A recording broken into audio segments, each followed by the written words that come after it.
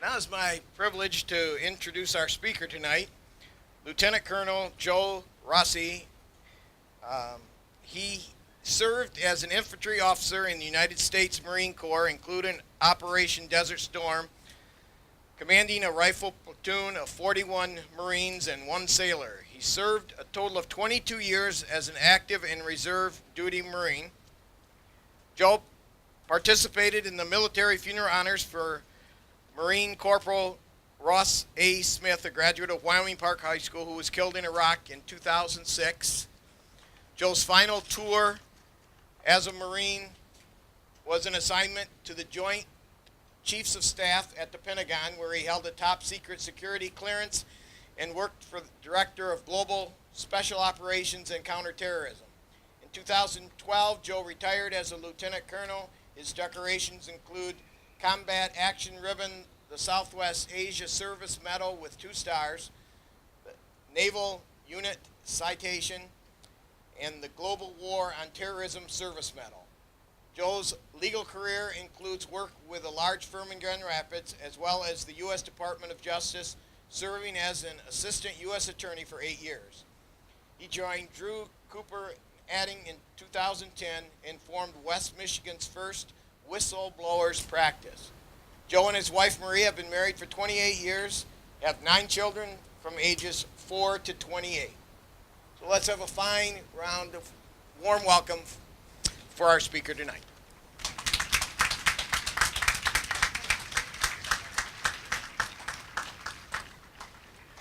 Thank you, Mayor Pohl, for that warm introduction, members of the City Council, and especially the Lee High School band down here. You guys sound terrific. I played the trumpet and cornet when I was in high school, but I wasn't very good at it. So you all sound great tonight. I really thank you for coming out. It adds a tremendous amount to the ceremony.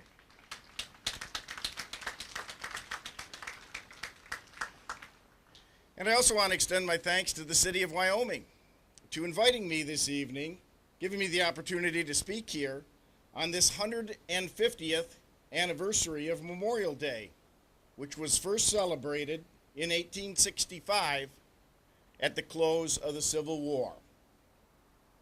It's very fitting that the City Community Development Committee, represented today by Tamara Lopez, chose this day to recognize the third and final arch in this stunning memorial garden. That arch is engraved with the word country and completes the motto, duty, honor, country. Those words were made famous in 1962 by Army General Douglas MacArthur, speaking to the cadets at West Point in the twilight of his own life. His words are as relevant today as they were then. Duty, honor, and country. They are what you hope to be, what you can be, and what you will be. Those are the words he shared with the lieutenants at West Point, many of whom in 1962 would ultimately give their lives serving in the war in Vietnam. Why do generations of Americans serve in our nation's uniform? Well, I know for me, when I was growing up, it was watching my grandfather, Joe Rossi. He was the head of the color guard in the little tiny town of Crystal Falls in the Upper Peninsula. And every Memorial Day, the color guard, with Grandpa calling the cadence, would march down the main street of Crystal Falls to the bridge over the Paint River, and they would ceremonially drop the wreath to commemorate Memorial Day into the current of the Paint River, and as a kid I would watch it float away. My grandpa also wore a really cool white holster that I later learned contained a fake pistol, but I was still completely fascinated by the whole uniform. And I also knew that my grandfather had pride. Pride that he'd served in the military, pride that he'd served this great nation. I took my own oath to defend and uphold the Constitution of the United States against all enemies, foreign and domestic, and to bear true faith and allegiance to the same in 1984 when I was 18 years old. The Marines assigned me to Camp Pendleton and gave me a platoon of 41 Marines and one Navy sailor who was our corpsman. They were some of the finest people I'd ever met. They're from all over the country, some of them from deep south in Louisiana, one young man from the projects at Cabrini Green in Chicago.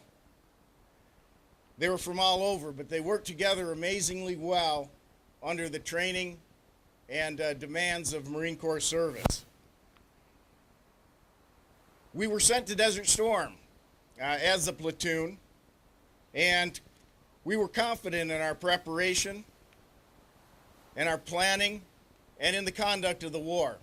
It turned out that in that war, the enemy primarily wanted to surrender.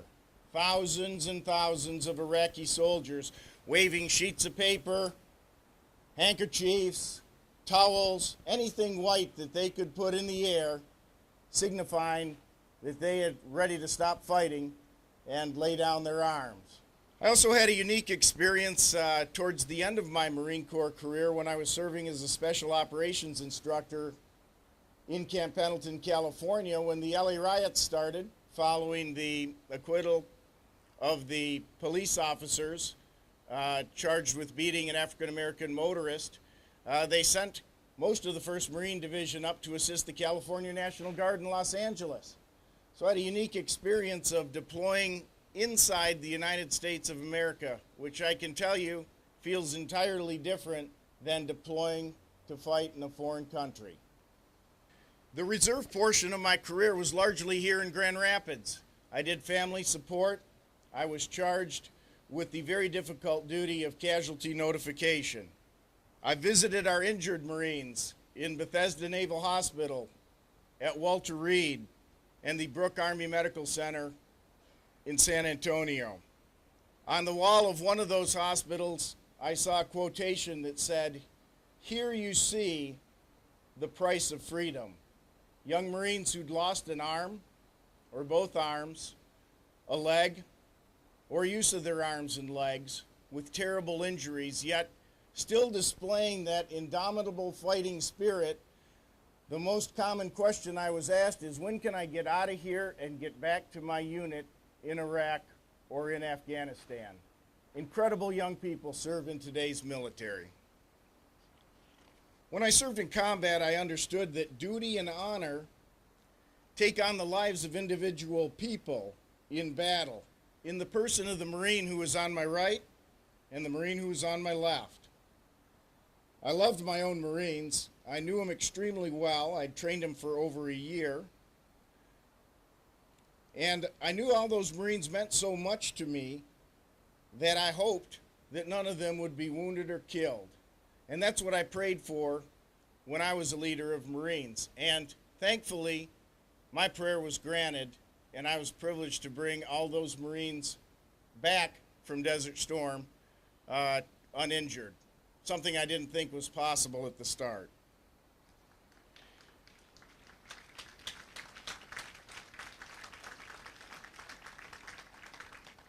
The love that warriors have for each other is often sacrificial.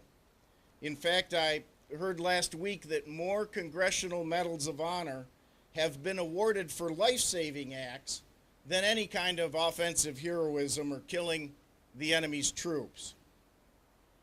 When Marines or soldiers, sailors and airmen give their lives for each other like that, it is truly a type of a holy love, driven by words I discovered one day carved in stone outside the Sergeant John Basilone Chapel at the School of Infantry in Camp Pendleton, California. Greater love has no one than this, than to lay down his life for his friend. That's the same love that inspired U.S. Army soldiers, Private First Class Nicholas Blodgett of Wyoming, and Specialist Eric Burry of this city when they laid down their own lives for their fellow soldiers and for this nation. It also inspired Marine Corporal Ross Smith, a graduate of Wyoming Park High School, who gave his life in Iraq in 2006. I can't thank you enough for taking time today to honor all of them with your presence here. I know you always remember that freedom isn't free, but it's been purchased at a great price. And remembering that price once a year could really never be enough. For families, it's measured by widows, widowers, fathers, mothers, brothers and sisters, and children who remember the loss of their loved one every day. The empty seat at the dinner table, the smaller gathering at Thanksgiving, and the voice of a loved one, heard only in distant memory, are constant reminders that they are gone. So today we remember them. We also remember the promise that President Lincoln made at the close of the Civil War, to care for him who shall have borne the battle, and for his widow and his orphan. You all are showing that honor here today, and it's shown every day at this memorial garden, this special place. I know that I'll never forget, nor you, nor your children's children, or your children's children. Long after these words are forgotten, we will remember what all of them did. Thank you very much for the invitation. God bless you all. God bless this great United States of America. Thank you.